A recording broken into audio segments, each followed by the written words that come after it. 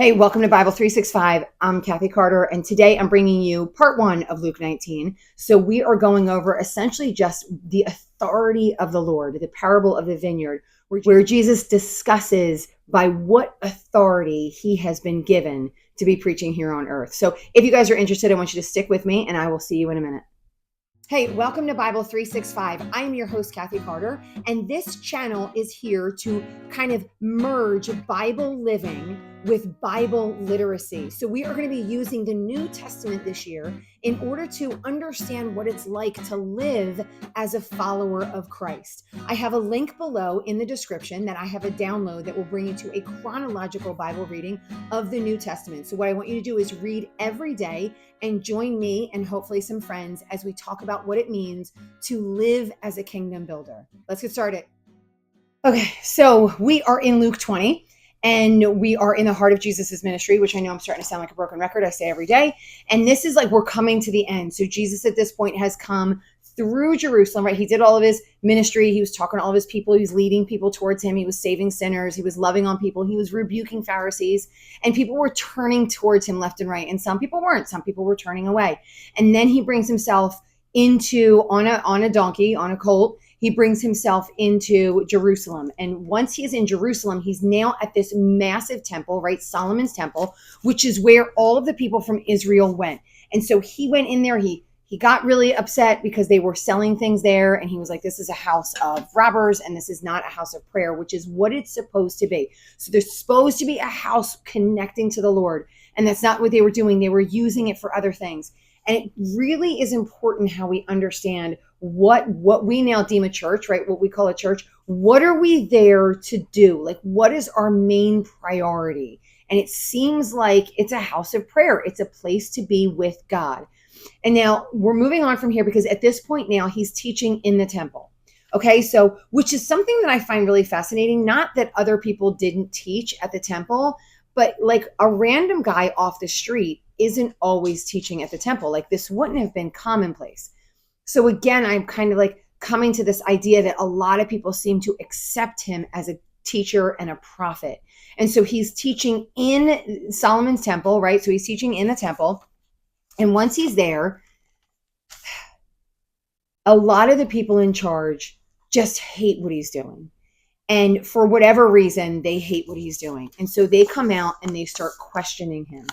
All right, so here's what we say starting in 20. On one of the days, while he was teaching the people in the temple, preaching the gospel, the chief priests and the scribes with the elders confronted him, and they spoke to him saying, tell us by what authority you're doing this. Now, they have authority. They have authority through the Lord. Now, they have authority because of how they were picked. And if you guys weren't with me Old Testament, I'm going to try and go over this like super, super briefly. But seriously, I beg you to go back into the Old Testament and go into those books of Moses, right? Those first books. If you want to kind of pass Genesis, that's okay. Exodus, Leviticus, Numbers, Deuteronomy, getting into those books and really digging in and understanding what the Israelites would have understood. So this is the people who were the immediate bridge between the Lord and the nation of Israel were the sons of Aaron. So Moses and Aaron were brothers. Aaron was the priest. Moses was the father, the law, the preacher, the teacher. Okay, so Aaron kind of had this direct line. He was the only one that was allowed to go in that holiest of holies and be directly in communion with the Lord. From there, it was always a son of Aaron that was in line as a chief priest. So as one that could go in to the Holy of Holies. Only the sons of Aaron were to do that. God chose that. There was this staff budded up, and they picked Aaron. The Lord picked Aaron. This was a Lord chosen position. Okay. So they're saying, by what authority? I'm given the authority by God.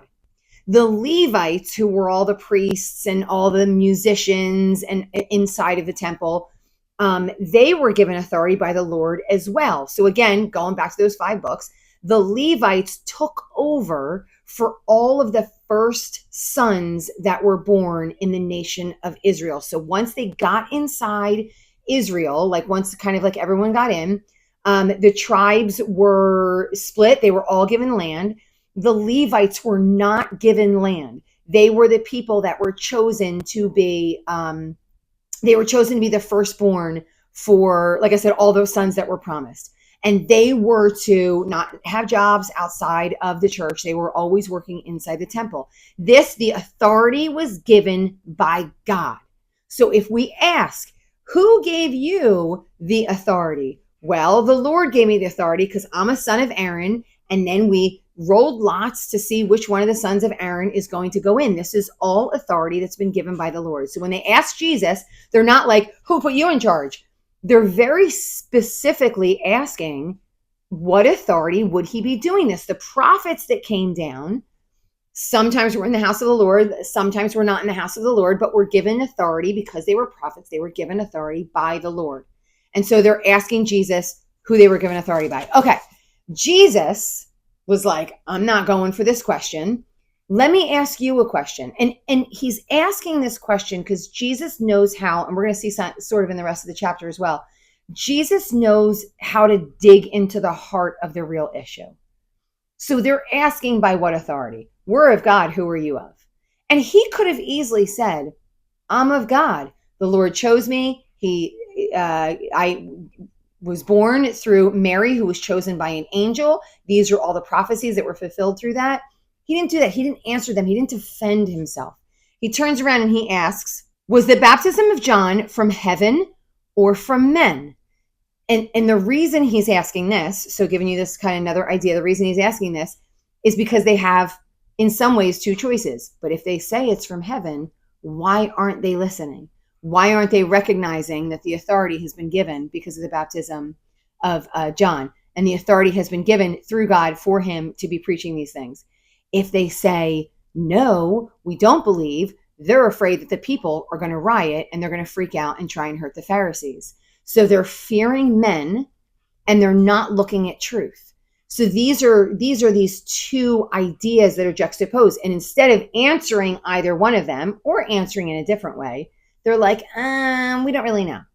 So they kind of take a cop out. And he said, because you answered like that, I'm not going to answer you either. And then he immediately follows with a parable, by the way, which he's answering them. So we find out this parable, who gives the authority. And there's just a couple of things I want to point out in here. So it says, he began to tell the people a parable. So again, like I was saying in our prior reading, parables have multiple images that are kind of all one image, but are also multiple images in there. Again, they don't mean different things.